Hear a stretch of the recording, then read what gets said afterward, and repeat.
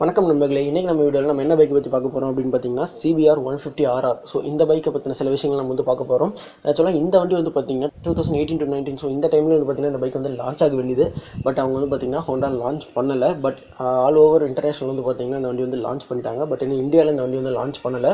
இன்னும் நிறைய இடத்துல வந்து பார்த்தீங்கன்னா லான்ச் பண்ணாங்க அப்படின்ட்டு ஏகப்பட்ட ரூமர் நியூஸ் வந்துட்டு இருந்துச்சு. கன்ஃபர்மேஷனான எந்த ஒரு ரிப்போர்ட்டுமே வரல. தமிழ்நாட்டில் வந்து பார்த்தீங்கன்னா இந்த வண்டி லான்ச் பண்ணலை. இந்த பைக் வந்து இந்தியாவில் லான்ச் பண்ணாங்கன்னா ரொம்ப சூப்பராக இருக்கும். அது ஏன்னா இப்போதைக்கு வந்து பார்த்தீங்கன்னா இந்த ஃபேரிங் டைப்பில் 150cc லிக்விட் கூல்டு இன்ஜினோட இருக்கக்கூடிய ஒரே ஒரு பைக் என்ன பார்த்தீங்கன்னா R15 version 3 Suzuki Gixxer SF சொல்கிறாங்க. பட் இருந்தாலும் பயங்கர சேல்ஸ் ரிப்போர்ட்டில் சூப்பராக பர்ஃபார்ம் பண்ணக்கூடிய பைக் இந்த 150cc வித் லிக்விட் கூல்டு இன்ஜினோட இருக்கக்கூடியது வந்து பார்த்தீங்கன்னா R15 தான். முன்னே வந்து பார்த்தீங்கன்னா R15 வெர்ஷன் 2 இருக்கும்போது CBR 150Rங்கிற ஒரு பைக் வந்து இருந்தது. அதுக்கப்புறம் பார்த்தீங்கன்னா அந்த பைக் வந்து ஸ்டாப் பண்ணிட்டாங்க. ஆல்மோஸ்ட் ரெண்டுமே வந்து பார்த்தீங்கன்னா செம்ம காம்படிஷனாக போயிட்டு இருந்துச்சு.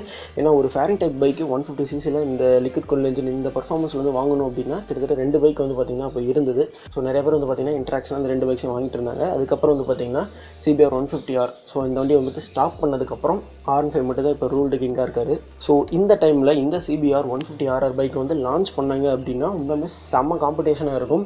ஏன்னா இதோட லுக்ஸ் வந்து பார்த்தீங்கன்னா கிட்டத்தட்ட R15ஓட ரொம்பவே நல்லா இருக்குன்னு சொல்லலாம். ஏன்னா ஒரு ரேஸ் எடிஷன் டைப்பில் வந்து இந்த வண்டி வந்து விட்டுருக்காங்க. ஆல்மோஸ்ட் வந்து பார்த்தீங்கன்னா CBR 300RR. ஸோ அதோட டிசைனை பேஸ் பண்ணி இருந்தாலும் லுக்ஸ் அண்ட் டிசைன் வந்து பார்த்தீங்கன்னா கம்ப்ளீட்டாக நியூவாகவும் இருக்குது அண்ட் புதுசாகவும் இருக்குது. இதுக்கு முன்னாடி இருந்த CBR வந்து பார்த்தீங்கன்னா 250R அந்த மாடல் வந்து பார்த்தீங்கன்னா ரொம்ப சேல்ஸ் ரிப்போர்ட்லாம் கொடுக்கல. ஏன்னா 150R விடும்போது நல்ல சேல்ஸ் இருந்துச்சு. அதுக்கப்புறம் அவங்க வந்து 250R வந்து ரீமாடல் பண்ணும்போது ரீமாடல்னு சொல்ல முடியாது, ஒரு அப்டேட் பண்ணும்போது பார்த்தீங்கன்னா ஜஸ்ட் ஸ்டிக்கரிங் சேஞ்சஸ் பண்ணாங்க. தென் ஃப்ரண்ட்டில் வந்து பார்த்தீங்கன்னா LEDs கொண்டு வந்தாங்க. அவ்வளோதான் அவங்க பண்ண சேஞ்சஸ். ஸோ அதனால் அந்த வண்டி பார்த்தீங்கன்னா அந்தளவுக்கு ஒன்றும் ரீச் ஆகலை. பட் இந்த CBR வந்து பார்த்தீங்கன்னா கம்ப்ளீட்டாகவே ஒரு புது டிசைன் அண்ட் புது லுக்கில் வந்து விட்டுருக்காங்க. ஸோ கண்டிப்பாக இது ஒரு நல்ல காம்படிட்டராக இருக்கும். ஸோ ஃப்ரெண்ட்ஸ், இப்போ இந்த வண்டியில் என்னென்ன விஷயங்கள்லாம் கொடுத்துருக்காங்க, என்னென்ன சேஞ்சஸ்லாம் பண்ணியிருக்காங்க அப்படிங்கிறது வந்து பார்த்துருவோம். ஃபஸ்ட்டு இதோட லுக்ஸ் அண்ட் டிசைன்ஸ் வந்து பார்த்தீங்கன்னா ஆல்மோஸ்ட் லுக்ஸே கம்ப்ளீட்டாக சேஞ்ச் பண்ணிட்டாங்க. தென் இதோட என்ஜின் ஸ்பெசிஃபிகேஷன் படி பார்க்கும்போது ஆல்மோஸ்ட் 150cc என்ன ஒரு இன்ஜினோ அதுதான் வந்து கொடுத்துருப்பாங்க. லைக் எனக்கு தெரிஞ்சு வந்து பார்த்தீங்கன்னா இந்த வண்டியில் CB 150R எக்ஸ்மோஷன், ஸோ அந்த பைக்கில் கூடிய என்ஜின் தான் வந்து இதுலேயே வரும்னு நினைக்கிறேன். ஏன்னா R15 பைக்கில் என்ன ஒரு என்ஜின் யூஸ் பண்ணுறாங்களோ அதே என்ஜின் தான் வந்து MT15லையும் இருக்குது. அண்ட் இப்போ இன்னும் கொஞ்ச நாள் வரப்போகிற XSR 155லையும் அதே என்ஜின் தான் வந்து கொடுத்துருக்காங்க. ஸோ ஆல்மோஸ்ட் வந்து பார்த்திங்கன்னா ஹோண்டாலையும் அதே தான் பண்ணுவாங்க. CBRல என்ன ஒரு என்ஜின் இருக்கோ அதே என்ஜின் தான் வந்து பார்த்திங்கன்னா எக்ஸ்மோஷன் 150Rலையும் அதே என்ஜின் தான் இருக்கும். ஆல்மோஸ்ட் என்ஜின் ஸ்பெசிஃபிகேஷன் வந்து பார்த்திங்கன்னா மேஜராக எந்த ஒரு சேஞ்சஸுமே இருக்காது. ரெண்டுமே ஒரே மாதிரி தான் கொடுத்துருப்பாங்க. அண்ட் ஆல்மோஸ்ட் வந்து பவர் வந்து பார்த்திங்கன்னா இந்த வண்டியில் ஒரு 18 to 20 ஹார்ஸ் பவர், ஸோ அந்த ரேஞ்ச் பவர் வந்து இருக்கிறதுக்கு சான்சஸ் இருக்குது.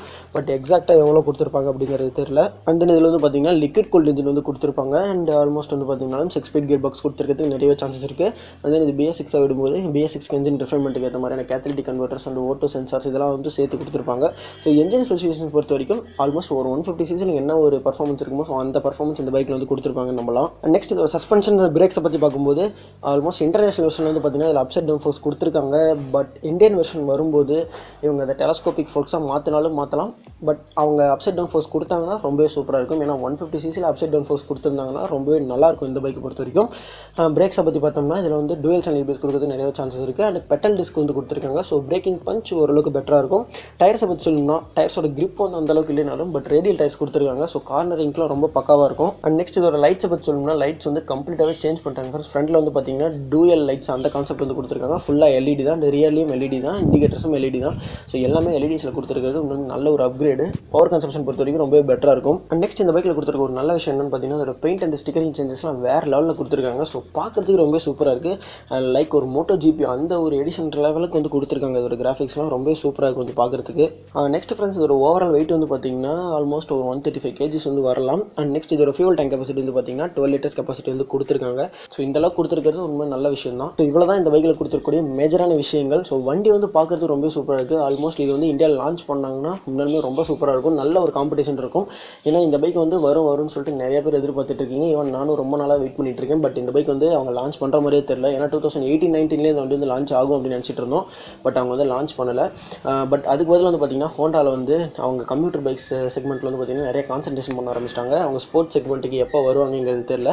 பட் வரும்போது கண்டிப்பாக இந்த பைக் அண்ட் எக்ஸ்மோஷன்லாம் வந்து லான்ச் பண்ணாங்கன்னா கண்டிப்பாக ஒரு நல்ல ஒரு சேல் ரிப்போர்ட் இருக்கும். ஏன்னா வண்டி லுக் வந்து பார்த்தீங்கன்னாலும் ஓரளவுக்கு நல்லா இருக்குது. R15க்கு டேரக்ட் காம்படிட்டராக இது வரைக்கும் எந்த பைக்குமே இல்லை. இந்த பைக் விட்டாங்கன்னா செம காம்படிஷனாக இருக்கும். அண்ட் நெக்ஸ்ட் இதில் வந்து பார்த்தீங்கன்னா full digital console metre setup வந்து கொடுத்துருக்காங்க.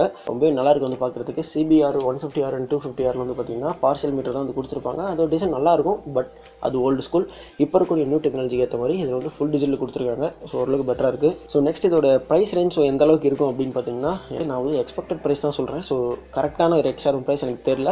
இந்த வண்டியோட ஸ்பெசிஃபிகேஷன் வைஸ்லாம் வந்து பார்க்கும்போது இவங்க வந்து பார்த்தீங்கன்னா இது ஒரு 1.25லேருந்து ஒரு 1.45 லேக்ஸ்க்குள்ளே இருக்கிறதுக்கு நிறையவே சான்சஸ் இருக்குது. ஏன்னா லுக்ஸ் அண்ட் டிசைன் வந்து பார்த்தீங்கன்னா கம்ப்ளீட்டாக சேஞ்ச் பண்ணியிருக்காங்க. நல்லா இருக்குது வந்து பார்க்குறதுக்கு. ஸோ இந்த ப்ரைஸ் ரேஞ்ச் வந்து நம்ம எக்ஸ்பெக்ட் பண்ணலாம் இந்த வண்டிக்கு வந்து. ஏன்னா R15 வந்து பார்த்தீங்கன்னா 1.46 லேக்ஸ் நினைக்கிறேன் ex showroom price top variant. So இந்த பைக்கும் ஓரளவுக்கு அந்த ப்ரைஸ் ரேஞ்சில் விட்டாங்கன்னா நல்ல காம்படிஷன் இருக்கும். அண்ட் தென் இந்த பைக் வந்து பார்த்தீங்கன்னா மைலேஜ் ஆல்மோஸ்ட் ஒரு 40 to 45 கிலோமீட்டர்ஸ் தாராளமாக கொடுக்கும்னு நினைக்கிறேன். ஏன்னா இது 150cc ஆல்மோஸ்ட் R15 வந்து பார்த்தீங்கன்னா அந்த ரேஞ்ச் தான் மைலேஜ் கொடுக்குது. ஈவன் இதில் ஃபியூவல் இன்ஜெக்ஷன் இருக்குது. ஸோ இந்த மாதிரியான BS6 இன்ஜின் வேறு. ஸோ கண்டிப்பாக இந்த 40 to 45 கிலோமீட்டர்ஸ் மைலேஜ் நம்ம வந்து எக்ஸ்பெக்ட் பண்ண முடியும். ஸோ இவ்வளோ தான் ஃப்ரெண்ட்ஸ் இந்த வண்டியை பற்றின மேஜரான விஷயங்கள். ஸோ இந்த வண்டி லான்ச் பண்ணால் ரொம்பவே சூப்பராக இருக்கும். ஸோ யாரெல்லாம் இந்த வண்டியோட லான்ச்சுக்கு வந்து வெயிட் பண்ணுறீங்க அப்படிங்கிறது கீழே கமெண்ட் செக்ஷனில் மென்ஷன் பண்ணுங்கள். அண்ட் இந்த பைக் லான்ச் பண்ணால் நல்லா இருக்குமா நல்லா இருக்காதா அப்படிங்கிறதையும் கீழே கமெண்ட் செக்ஷனில் மென்ஷன் பண்ணுங்கள். பட் என்ன பொறுத்த வரைக்கும் இந்த பைக் லான்ச் பண்ணால் ரொம்பவே சூப்பராக இருக்கும். ஸோ ஃப்ரெண்ட்ஸ் நம்ம சேனலுக்கு வந்து நீங்கள் சப்ஸ்கிரைப் பண்ணிடுங்க. நம்ம மறக்காம பக்கத்தில் இருக்க பெல் ஐக்கனையும் கிளிக் பண்ணிடுங்க. சப்போஸ் இந்த வண்டி லான்ச் பண்ணாங்கன்னா இந்த பற்றின நியூஸ்லாம் நம்ம சேனலில் நீங்கள் வந்து பார்த்து தெரிஞ்சிக்கலாம். ஸோ அதுக்கு நீங்கள் பண்ண வேண்டிய ஒரே விஷயம் நம்ம சேனலுக்கு நீங்கள் வந்து சப்ஸ்கிரைப் பண்ணணும். அண்ட் இந்த வீடியோ உங்களுக்கு ரொம்ப பிடிச்சிருந்துச்சுன்னா உங்கள் ஃப்ரெண்ட்ஸ்க்குலாம் நீங்கள் வந்து ஷேர் பண்ணுங்கள். ஸோ ஃப்ரெண்ட்ஸ் இதே ஒரு பெஸ்ட் பைக்கோட நான் நெக்ஸ்ட் வீடியோ உங்களுக்கு சந்திக்கிறேன். தேங்க்ஸ் ஃபார் வாட்சிங் மை வீடியோ ஃப்ரெண்ட்ஸ்.